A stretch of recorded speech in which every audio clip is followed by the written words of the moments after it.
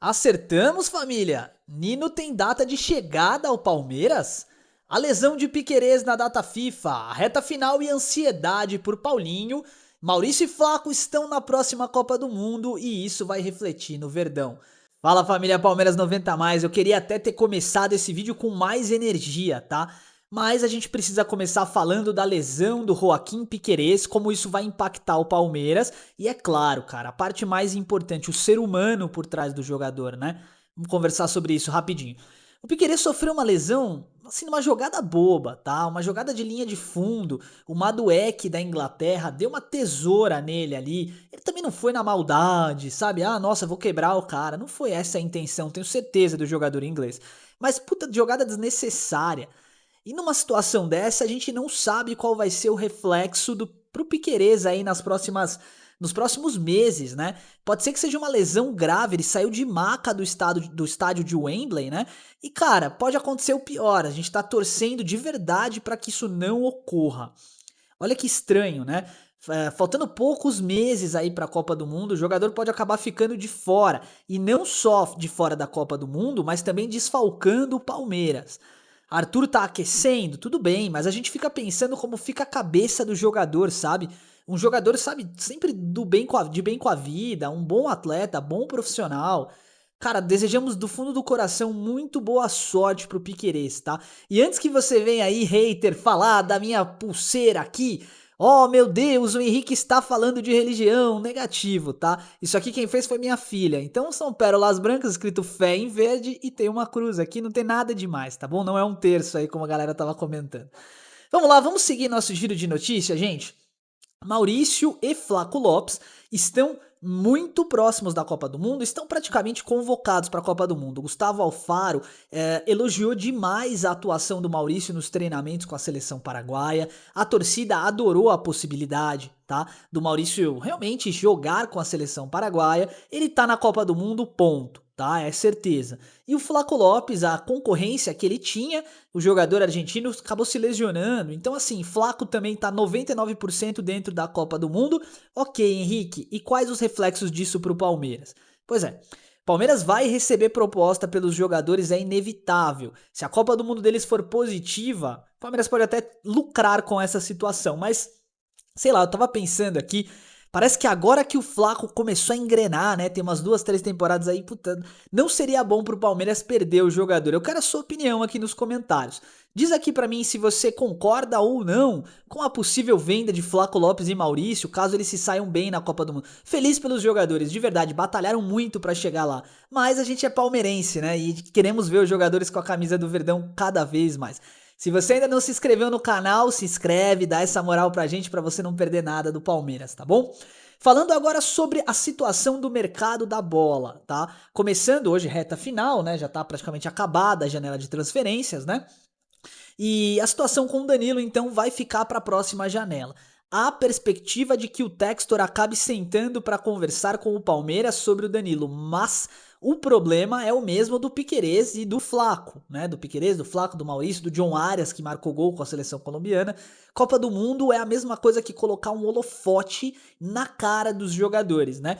E a expectativa é que o Danilo esteja nesse holofote com a seleção brasileira, ele deve ser convocado. Fez uma boa partida contra a França nos momentos que jogou, virou o jogo, aproximou, triangulou, é um baita de um jogador, né? Então eu posso dizer pra vocês que, infelizmente, a situação com o Danilo agora vai ficar complicada. A expectativa que a gente tinha era que o Palmeiras botasse dinheiro agora e pressionasse o Botafogo, mas pelo que a gente viu, não vai acontecer, tá? Uma pena. Sobre o Nino, muito feliz, né? Você viu primeiro aqui no Palmeiras 90 a mais. Estão saindo em vários jornais, em vários veículos de imprensa e comunicação agora, né? Que o Palmeiras fechou o cerco e que o Nino vai ser jogador do Verdão, questão de tempo para assinar. Lembra que a gente falou há um tempo atrás aí uma fonte, a primeira fonte que a gente recebeu notícia quente do Verdão, né? E que disse que de fato o Palmeiras estava acertado com o Nino, do ponto de vista de salários, etc. E que o Palmeiras também já tinha se alinhado com o Zenit. Numa viagem, né, que a comissão do Verdão fez lá para a Rússia, Parece que de fato isso é verdade, tá?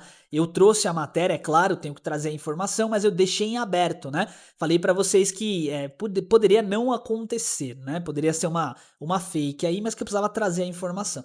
E aí agora as coisas estão caminhando positivamente pra isso, né? Então parece que o Nino de fato tem grandes chances de vestir a camisa do Palmeiras. A informação que a gente tinha passado e estamos reforçando agora é que a única forma dele não vir seria se algum clube colocasse uma proposta na mão dele com 50% a mais de salário, o que também é algo que é quase improvável de acontecer, né? Então, de fato, teremos Nino na nossa zaga. E aí? Faz sentido pro Palmeiras investir essa grana toda num zagueiro? Eu quero a sua opinião, porque é isso que importa pra gente aqui, tá bom? Gente, vamos falar um pouquinho aqui da situação do Kaique Pereira, goleirão do Palmeiras, tá? Goleiro de base, tem uma história no Palmeiras e tal. Ele tá sendo especulado no Braga, tá? E aí, o que, que o Palmeiras faria? Aquele velho esquema de mais-valia que eu já comentei com vocês aqui algumas vezes, né? Você lembra o que, que é? Vou explicar rapidinho. Seria aquele processo em que o Palmeiras vende o jogador a um preço pequeno, mas mantém tipo 60% dos direitos econômicos do atleta. E aí, quando o clube, né, que recebeu vendê-lo, porque ele é um jogador que tem potencial, mas que não consegue a titularidade no time profissional, então, quando o clube vender, o Palmeiras fica com essa grana aí e faz um dinheiro, entre aspas, mais fácil, né? Pode acontecer. Então, o Palmeiras hoje tem como primeira opção, obviamente, o Carlos Miguel, tem o Aranha, tem o Marcelo Lomba, está mirando contratação de algum goleiro ali de bom nível para ficar no banco aí para a próxima temporada. Pode acontecer, tá? E aí a pergunta que eu faço pra vocês é a seguinte: teremos um Naves 2.0? Porque o Palmeiras vendeu o Naves, ou melhor, emprestou praticamente, né? Foi alguma coisa assim, emprestou com opção de compra, né? Cara, num valor assim, né? E agora o cara tá deitando e rolando, é seleção da semana na Liga Portuguesa diversas vezes, pode acabar acontecendo do jogador até subir de prateleira e ir pra um time de primeira grandeza da Europa. A pergunta que fica é a seguinte: o Palmeiras está vacilando com esses atletas? Por que não tá usando mais o Benedetti, por exemplo? É um jogador que tem condição. Ele tá sendo especulado como um empréstimo no Atlético Paranaense ainda esse ano, tá na próxima janela. Faz sentido? Não faz? Deixa a sua opinião nos comentários pra mim, porque ela é muito importante, tá bom? E aí a galera tava falando também sobre o Gabriel Jesus. Gente, falei disso no vídeo de ontem, né? Esqueçam, tá? Gabriel Jesus tem um salário de 7,5 milhões no Arsenal, não vai rolar, esquece, tá? E ele não vai renovar com o Arsenal, tá? Mas com esse salário, ele consegue pelo menos mais 4 anos na Europa. 4 anos num clube de segunda prateleira, ganhando uma grana e ali ainda no alto nível, né, do futebol mundial. E aí a ideia dele é com 32 voltar pro Brasil. A pergunta que eu faço é: com o número de lesões que o Gabriel Jesus tem, faz sentido pro Palmeiras investir essa grana quando ele for voltar? Faz sentido acreditar nesse potencial? Ou será que pro próprio jogador não seria melhor voltar agora? O Palmeiras se esforça, bota um salário legal na mão dele, não vai chegar nesses números, é óbvio, né? Mas aí o jogador volta para ser feliz de onde nunca deveria ter saído. Faz sentido? O Vitor Roque deu super certo. Eu acho que o Gabriel Jesus também conseguiria alcançar o alto nível e a seleção brasileira jogando aqui, tá? Resta saber o que o jogador e os seus empresários pensam a respeito da situação, tá bom? Vamos falar sobre o Paulinho rapidinho e eu tenho mais notícia para conversar com vocês. Ó, situação do Paulinho, tá? Ele tinha se comprometido, entre aspas, né? Ele deu uma entrevista ali, falou, não se comprometeu, né? Mas ele deu uma entrevista e falou que estava pronto para voltar após data FIFA, né? Gente, deixa eu explicar para vocês como é que funciona essa transição. Não adianta o jogador se sentir bem fisicamente, não é esse o ponto. Esse é o momento em que ele vai voltar, e ele está voltando, na verdade, né, com altas cargas de treinamento, cargas forçadas, que é para ver se a musculatura, o corpo vai aguentar, como ele vai lidar com tudo isso, né? E aí sim, tá participando de alguns rachões, jogos com campo reduzido, ele tá treinando pesado. Só que ele só aguenta 50% da carga de uma partida de alto nível. E quando eu falo de aguentar 50%, eu tô falando condição cardiorrespiratória e etc. Eu não tô falando da lesão em si, tá? Então, assim, não adianta nada voltar com o cara agora. E hoje saiu uma notícia importante dizendo que o Paulinho provavelmente não retorna contra o Grêmio, tá? A gente já sabia disso, já tínhamos falado a respeito disso, né? Que ele voltaria após data FIFA, mas não contra o Grêmio, que talvez contra o Grêmio ele estivesse finalizando a transição. E é essa informação. Ele tá finalizando a transição física contra, né, nesse período aqui de data FIFA, né? E cara, pode ser que ele retorne no mês de abril. Essa é a expectativa. Só que isso tá gerando muita ansiedade, né? Tem uma ala dentro do Palmeiras que não tá nem aí, que acha que o Paulinho não é um jogador de alto nível, e eu tenho até um pouco de pena dessa galera que pensa assim, com respeito, tá? Porque assim, cara, vocês não viram o que ele fez no Mundial, né? Ele é um jogador diferente. E existe uma galera que, assim como eu, tá ansiosa, tá? Deixa nos comentários de qual ala você tá fazendo parte no momento. Se você é um daqueles que tá ansioso pro retorno do jogador, ou se você é um daqueles que não liga muito, que tanto faz e tal, acha que ele não é tudo isso, tá? E aí no final do ano, se Deus quiser, o jogador já vai estar atuando há um bom tempo, a gente passa a régua nesse assunto e eu vou tentar voltar nesse vídeo para lembrar, tá bom? Pra gente conversar sobre esse assunto. Falando rapidinho de seleção brasileira, e eu vou comparar no SofaScore, tá? Os números do Endrick. Por que eu tô trazendo o Endrick? Gente, pra mim, tá? Com todo respeito, o que o Real Madrid e o que o Ancelotti estão fazendo com o Endrick não faz sentido, tá? O Endrick é o melhor atacante que a seleção brasileira tem. Ponto. Eu estou afirmando, não é uma suposição, tá? Não é uma opinião, é um fato. O Endrick é o melhor atacante que nós temos. Sim, ele é jovem, sim, ele não é um jogador alto para ganhar bolas aéreas como o João Pedro, mas gente, tecnicamente ele é muito mais jogador que todos os atacantes que nós temos. Muito mais jogador que Matheus Cunha. Muito mais jogador que todos os atacantes que nós temos. Por que o Endrick não tá jogando? Me dá a sua opinião sincera aí. Por que o Endrick não é o 9 da seleção brasileira? Não faz sentido. Pra mim a seleção ela tá bem desenhada. É o Estevão quando voltar bem. Então é Estevão na direita. Vinícius Júnior pra mim não joga nessa seleção, tá? Então é Estevão na direita. Na esquerda você pode escalar alguém aí, tanto faz, porque pra mim Martinelli, Vinícius Júnior, pra mim ali era o Rodrigo, né? Rodrigo machucado. Então Estevão, talvez o Neymar de meio armador, né? Não tem outra opção. Na frente o Endrick e na esquerda aí põe quem você quiser, tá? Pode ser o Rafinha, por exemplo. Rafinha também é outro leão de time, na seleção não arruma nada, né? Enfim. Agora tem uma novidade positiva, Vitor Reis, né? Vitor Reis, zagueiro, cria da academia, e é por isso que eu bato tanto o pé com relação às nossas crias, Benedetti, Arthur, Luiz Saboia, Coutinho, Eric Belé, tem tantos jogadores aqui com alto nível, né? O Dudu, né? O Eduardo Conceição da base também do banco lá, que tá no banco, né? Do Sub-20, baita jogador, o Sorriso. Por que a gente não pode explorar mais esses jogadores? Eu não consigo compreender. No meu entender, tem mercado para eles, sim, mas também tem espaço no profissional, velho. Vai pegar agora o Jacuipense, né? Jacuipense da Bahia na Copa do Brasil. Pô, não dá para aproveitar? Não tem espacinho para colocar esses jogadores para jogar, não? Sei lá, eu fiquei pensando muito a respeito disso aí, tá? Vem aqui comigo agora pro SofaScore, porque a gente vai olhar os números do Endrick no Lyon. Então estamos aqui no nosso SofaScore, né? Para analisar aqui, o Endrick tem um valor de mercado de quase 30 milhões de euros. Olha, não é muita coisa não, hein? Eu gostaria muito de ver o Endrick de novo com a camisa do Palmeiras, né? Mas não agora, ele não volta agora, né? Na temporada atual, ele fez 9 partidas, tá?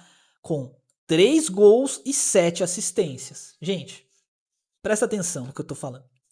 São 9 partidas, sendo 8 como titular. Ele fez 3 gols e 4 assistências. E detalhe, jogando lateralizado, tá? É um centroavante, sabe jogar de centroavante, mas ele cai muito pelas pontas. Tipo o Vitor Roque, né? Ele sai da área, tal. Uma média de 3 finalizações por jogo e para um atacante, 43 ações com a bola. Absurdo, tá? Absurdo. Eu sei, os números do João Pedro também são muito bons. Vou dar uma comparadinha aqui de leve, tá? Mas eu sei que os números do João também são bons. João Pedro é um bom jogador. Mas assim, cara, pra mim não tem condição, tá? Não tem condição. Ele fez muito mais jogos, né? Foram 21 jogos, 31 jogos e tal. Tem 14 gols na temporada. Tem 5 assistências, ó, só pra lembrar, tá? O João Pedro é um centroavante de ofício, né? Não dá pra comparar. Mas olha isso aqui. O acerto do passe do Endrick, o número de cruzamentos. Cara, é muito mais alto. Olha o número de acerto de drible do Endrick, 50%. Ele dá 3 dribles por jogo e é sempre drible no terço final, né? Tipo assim, mesmo sendo baixinho. Ah, não, aqui duelos no chão. Ok, duelos no chão ele ganha muito mais do que o João Pedro, tal. Sofre mais falta, toma menos cartão. Cara, assim, analisando os números do Endrick, eu não consigo entender por que, que ele não é o titular absoluto da camisa 9 da seleção, o camisa 9 da seleção, não faz sentido pra mim, tá? E pra finalizar o vídeo de hoje, a gente vai bater um papo rapidinho sobre tudo isso que tá acontecendo agora no Palmeiras, né, a respeito do Abel Ferreira. O Abel, ele aproveitou a data FIFA para viajar para Portugal. E eu vi que teve uma galera que começou a criticar isso, né? Ah, mas o Palmeiras tá treinando pesado, o cara tem que estar lá. Gente, deixa eu dar minha opinião aqui para vocês, tá? Profissionais de alta performance, profissionais que estão realmente sob pressão todos os dias, como é o caso do Abel, como é o caso até de alguns jogadores e tal, como o Neymar da vida, assim, né, que tem uma expectativa muito alta em cima deles, eles precisam, ao menos uma, duas, três vezes por ano, parar, respirar, refletir e voltar melhor. Porque senão, cara, é por água abaixo, tá? O treinador, o jogador é um ser humano. E o ser humano, por mais que ele ganhe bem, a gente entende e tal, essa, né, enfim, essa colocação, mas o ser humano ele precisa respirar. Ele precisa parar às vezes, ele precisa gastar até o dinheiro que ele ganha, senão não faz sentido, né? Então assim, parem pra pensar nisso. Por exemplo, o Piquerez agora sob lesão, imagina a cabeça desse jogador, velho. Ele é jovem, tem o quê? 25 anos, 26, sei lá. É um jogador super jovem, tava com a expectativa elevada pra Copa do Mundo, expectativa elevada pra disputar a Copa do Brasil, Libertadores. E aí, cara, o cara do nada se lesiona. Então assim, lembre-se, jogadores de futebol também são seres humanos. Temos que pontuar aqui a performance do jogador, do profissional. Como você, por exemplo, também pode ser cobrado na sua empresa, né? Onde você trabalha. Vão cobrar a tua performance. Agora, não o ser humano, né? Eu vejo muita gente chamando o Abel de pardal e não sei o que. Eu não acho legal, gente. Eu não acho legal, tá? Porque isso é um ataque ao ser humano. Você pode falar que a performance dele como treinador não tá legal. Você pode falar o que você quiser sobre esse aspecto. Mas para pra pensar, é um ser humano do outro lado que também tem altos e baixos. Quero aproveitar agora então o assunto final para agradecer vocês do fundo do meu coração. Chegou até aqui no vídeo? Deixa um comentário para mim, tá? Dá essa moral pro canal, o canal tá crescendo devagarzinho, nós estamos chegando lá. E eu sou muito grato a vocês. Todos os vídeos eu não me canso de falar. Eu sou grato de verdade, não é da boca pra fora. Tanto que vocês veem as coisas que a gente traz aqui pro canal, a gente não fica inventando moda, trazendo coisa que vai prejudicar vocês. É só conteúdo bacana e tentando fazer o melhor que nós podemos, tá bom? Mais uma vez eu agradeço do fundo do meu coração, forte abraço e avante palestra!